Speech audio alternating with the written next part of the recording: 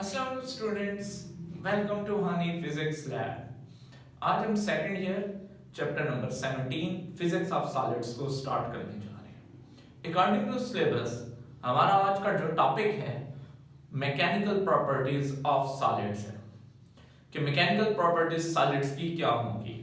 तो फर्स्टली हम देखेंगे कि सॉलिड्स के अंदर जब एक्सटर्नल फोर्स को अप्लाई किया जाता है तो इसके अंदर डिफॉर्मेशन अकर होती है और डिफॉर्मेशन अकर होने के बाद ये सॉलिड्स अपनी असल हालत में भी वापस आ जाते हैं।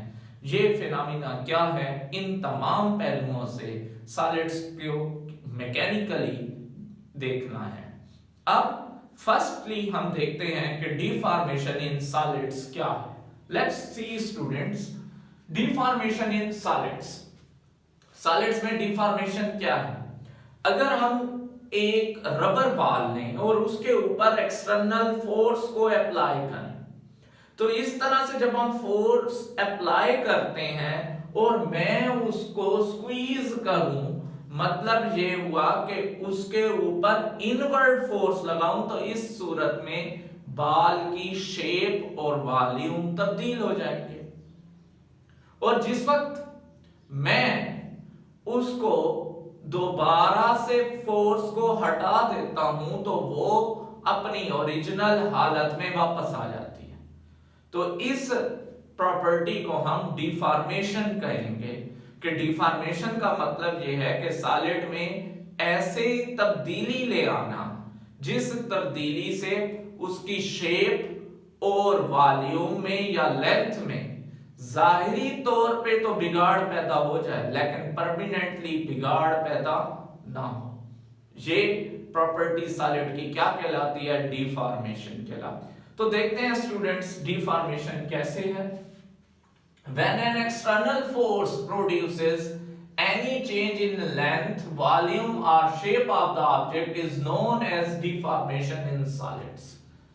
बिगाड़ किसी भी सॉलिड में क्या होगा कि जब हम एक्सटर्नल फोर्स को अप्लाई करें और वो बॉडी अपनी शेप में, वॉल्यूम में या लेंथ में तब्दीली महसूस करे या उसकी लेंथ में या शेप में तब्दीली आ जाए तो इस चीज को हम क्या कहेंगे? डिफॉर्मेशन कहेंगे। एग्जांपल देते हैं जो बात मैंने अभी बताई आपको।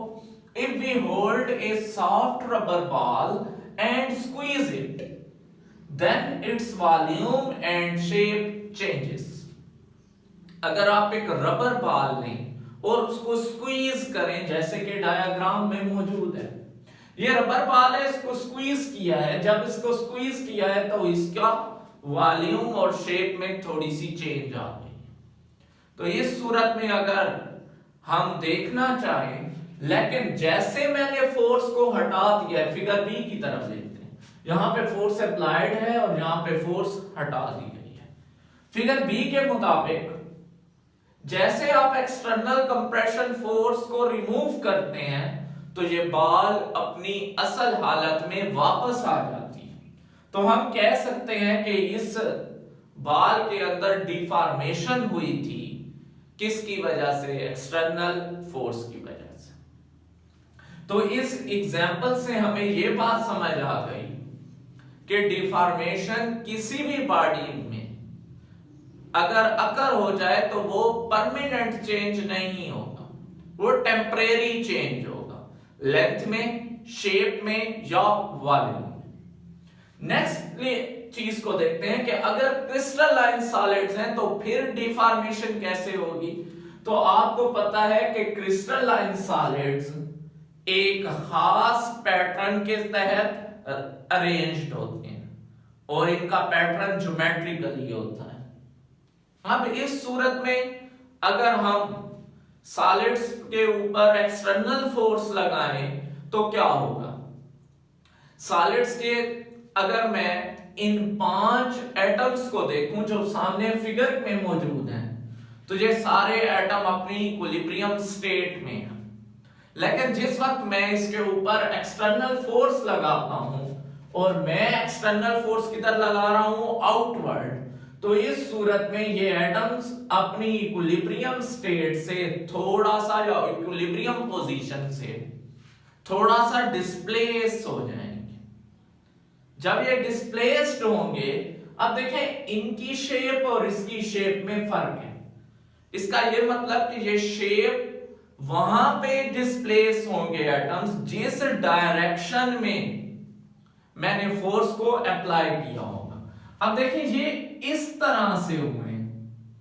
अगर आप देखिए ये एक स्क्वायर है, ये रेक्टेंगल बन गया है, तो हम कह सकते हैं और के इसके अंदर डिफॉर्मेशन अकर हुई है। लेकिन जैसे मैंने इस फोर्स को हटा दिया तो जिन एटम्स ने दोबारा अपनी ओरिजिनल शेप गेन कर ली। किस वजह से गेन की? तो वो जो वजह थी वो इलास्टिसिटी थी। तो जरा इस चीज को भी हम देख लेते हैं कि कैसे हमने इसको एक्सप्रेस किया है। In crystalline solids the atoms are usually arranged in a certain geometrical order.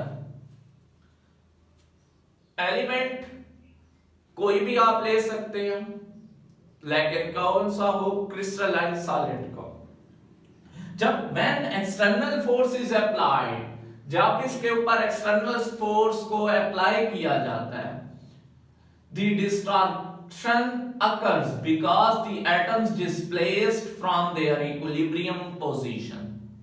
इसमें डिस्टॉर्शन होती है और जो एटम्स हैं वो अपनी इक्विलिब्रियम पोजीशन से डिस्प्लेस हो जाते हैं।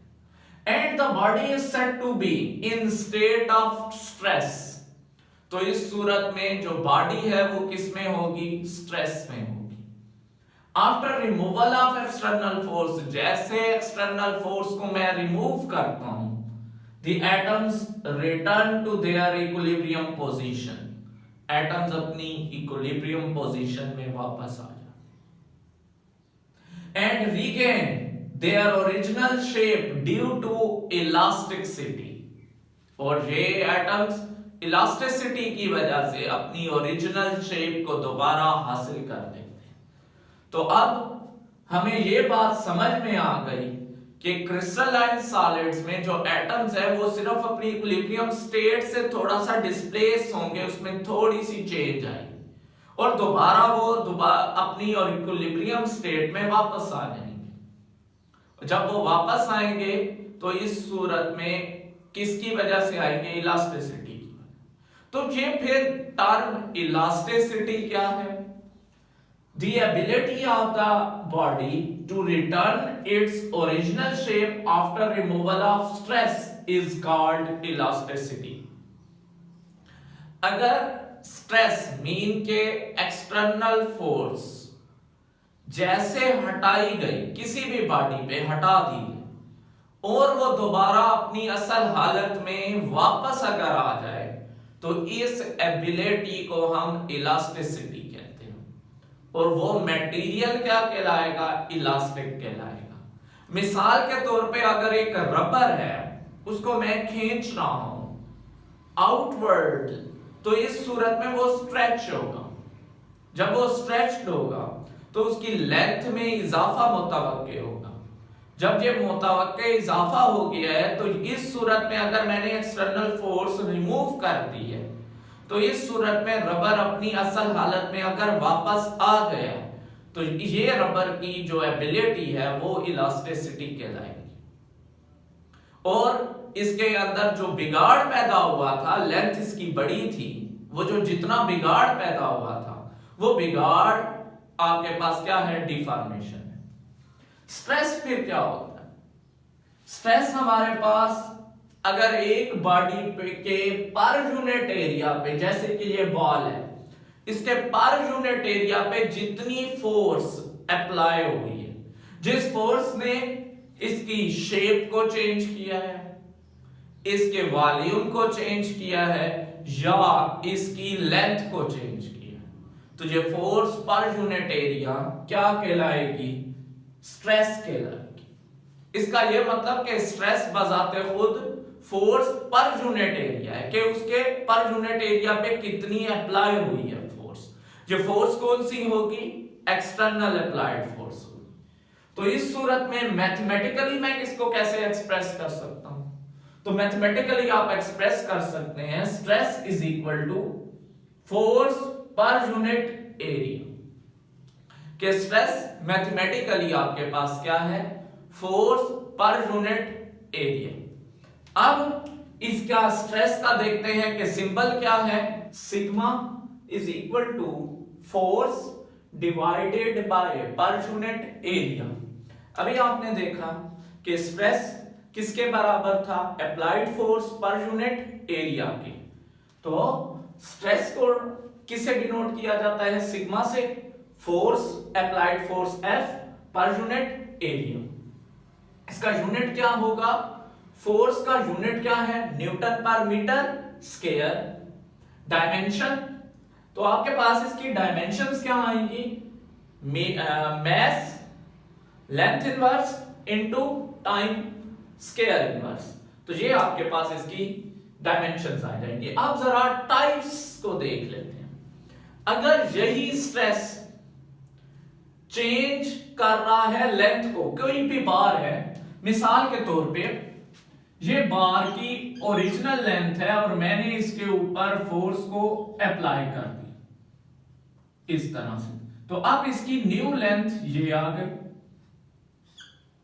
अब अगर इसको बार है या रबर है, मैंने ऐसे खींच लिए, तो इस सूरत में जो स्ट्रेस होगा वो टेंसाइल स्ट्रेस कहलाएगा। मतलब ये हुआ the stress which produces deformation in length of the body. जो स्ट्रेस डिफॉर्मेशन अकर करेगा लेंथ में, वो स्ट्रेस टेंसाइल स्ट्रेस कहलाएगा। नेक्स्ट पे चलते हैं वॉल्यूमेट्रिक स्ट्रेस। अगर ये वॉल्यूम में तब्दीली कर रहा है, मैंने एक बॉल ले ली, इसका वॉल्यूम पहले ये था, अब ये हो गया, फोर्स की वजह से वॉल्यूम में तब्दीली आई है, तो इस सूरत में जो आपके पास स्ट्रेस होगा वो क्या कहलाएगा? वॉल्यूमेट्रिक स्ट्रेस कहलाएगा। The stress which produces deformation in volume of the body is known as volumetric stress. Similarly अगर एक स्ट्रेस शेप को चेंज कर रहा है, मतलब ये कि अगर मैंने फोर्स लगा दी और थोड़ी सी शेप इसकी कुछ इस तरह से ऐसे, जिस रबर बॉल है, मैंने यहां से यूं फोर्स लगाई है, तो इस सूरत में जो डिफॉर्मेशन अकर होगी वो डिफॉर्मेशन आपके पास ड्यू टू स्ट्रेस क्या कहलाएगी? शियर स्ट्रेस कहलाएगी। तो स्ट्रेस की हमने 3 अकसाम को स्टडी कर दिया। अब हम देखते हैं कि स्ट्रेन क्या होता है। स्ट्रेन का मतलब यह है कि एक बॉडी में डिफॉर्मेशन की मिकदार कितनी है, कि उसमें बिगाड़ कितना पैदा हुआ है। उस बिगाड़ की अगर मेजरमेंट कर दी जाए तो वो मेजरमेंट आपके पास स्ट्रेन कहलाता है। स्ट्रेन क्योंकि दो सेम क्वांटिटीज की रेशो है, इसलिए स्ट्रेन यूनिटलेस क्वांटिटी है। स्ट्रेन को देखते हैं। Strain the measure of deformation of solid when stress is applied is called strain. Definition से ये बात समझी कि स्ट्रेन हकीकत में मेजरमेंट है किस चीज की? डिफॉर्मेशन की, कि एक बॉडी में स्ट्रेस की वजह से कितनी डिफॉर्मेशन अकर हुई है। स्ट्रेन का कोई यूनिट नहीं होता। उसकी रीजन ये है कि स्ट्रेन हमारे पास सेम फिजिकल क्वांटिटीज की क्या है? रेशो है। इस बात से हमने ये अंदाजा लगाया कि अगर लेंथ में तब्दीली आ रही है तो रेशो हम ओरिजिनल लेंथ की ले लेंगे, अगर वॉल्यूम में आ रही है तो ओरिजिनल वॉल्यूम के, और अगर शेप में आ रही है तो ओरिजिनल शेप के साथ। अब हम देखते हैं कि इसकी चंद टाइप्स क्या हैं। पहली टाइप है टेंसाइल स्ट्रेन। स्ट्रेन की फर्स्ट टाइप टेंसाइल स्ट्रेन कहलाती है। यह स्ट्रेन टेंसाइल स्ट्रेस की वजह से डेवलप होगा। इस बात का यह मतलब हुआ कि अगर एक बॉडी पे टेंसाइल स्ट्रेस अप्लाई किया जाए तो उसकी लेंथ में जितनी डिफॉर्मेशन अकर होगी उस डिफॉर्मेशन की मेजरमेंट क्या कहलाएगी? टेंसाइल स्ट्रेन कहलाएगी। टेंसाइल स्ट्रेन को मैथमेटिकली हम किस तरह लिख सकते हैं और डिफाइन कर सकते हैं?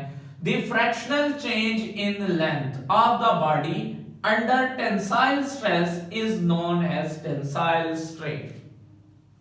किसी भी बॉडी में अगर मैं फ्रैक्शनल चेंज लूं लेंथ का, ओरिजिनल लेंथ का, तो ये फ्रैक्शनल चेंज जो लेंथ का है ये क्या कहलाता है, या किस तरह से हम इसको प्रेजेंट कर सकते हैं? फ्रैक्शनल चेंज का मतलब होता है change in length divided by original length. इस फैक्टर को हम क्या कह सकते हैं? Fractional change in length. तो इस सूरत में जो स्ट्रेन डेवलप होगा वो स्ट्रेन क्या कहलाएगा? आपके पास टेंसाइल स्ट्रेन कहलाएगा। डेल्टा एल क्या है? Change in length. अगर एक मेरे पास रबर है, ओरिजिनल उसकी ब्लैक लेंथ है, तो उसमें तब्दीली आ गई है यहां से यहां तक, तो इस सूरत में जो स्ट्रेन है वो क्या है? Tensile strain. अब एक मेरे पास रबर बॉल है, उसके वॉल्यूम में तब्दीली आ गई है। इस जगह को देखें, ओरिजिनल जे थी, फोर्स लगने के बाद उसका वॉल्यूम डिक्रीज हो गया या इंक्रीज हो गया अगर हमने स्ट्रेस आउटसाइड दी। ये इनसाइड है, अंदर की तरफ वैसे कंप्रेस कर दिया। तो इस सूरत में जो उसके वॉल्यूम में तब्दीली आई होगी, उसकी अगर मैं फ्रैक्शनल चेंज लूं, तो इस सूरत में जो स्ट्रेन होगा वो स्ट्रेन क्या कहलाएगा? वॉल्यूमेट्रिक स्ट्रेन कहलाएगा। वॉल्यूमेट्रिक स्ट्रेन को delta V divided by V से प्रेजेंट किया जाता है। शियर स्ट्रेन क्या होगा? बाय डेफिनेशन हम शियर स्ट्रेन को यूं प्रेजेंट कर सकते हैं कि अगर फ्रैक्शनल चेंज आ जाए शेप में, उस बॉडी की जो ओरिजिनल शेप थी उसमें जो तब्दीली आ जाए, उस तब्दीली को हम क्या कहेंगे? शियर स्ट्रेन कहेंगे। और ये स्ट्रेन किसकी वजह से होगा? शियर स्ट्रेस की वजह से होगा। तो इस सूरत में gamma is equal to tangent theta. Theta क्योंकि बहुत स्मॉल वैल्यू है, तो tangent theta approximately equal to theta. तो हम इसको यूं भी लिख सकते हैं, gamma is equal to theta. या अगर टेंजेंट थीटा से लें तो टेंजेंट थीटा किसके बराबर है? Perpendicular divided by base. तो इस सूरत में आपके पास जो एंगल थीटा बन रहा है वो ये बन रहा है। तो ये बेस हो गई लाइन और ये परपेंडिकुलर हो गई। तो आपके पास थीटा बराबर होता है परपेंडिकुलर डिवाइडेड बाय बेस। तो ये आपके पास फैक्टर किसके बराबर आ जाएगा? गैमा, क्योंकि किसके बराबर था? थीटा के। तो delta A divided by A.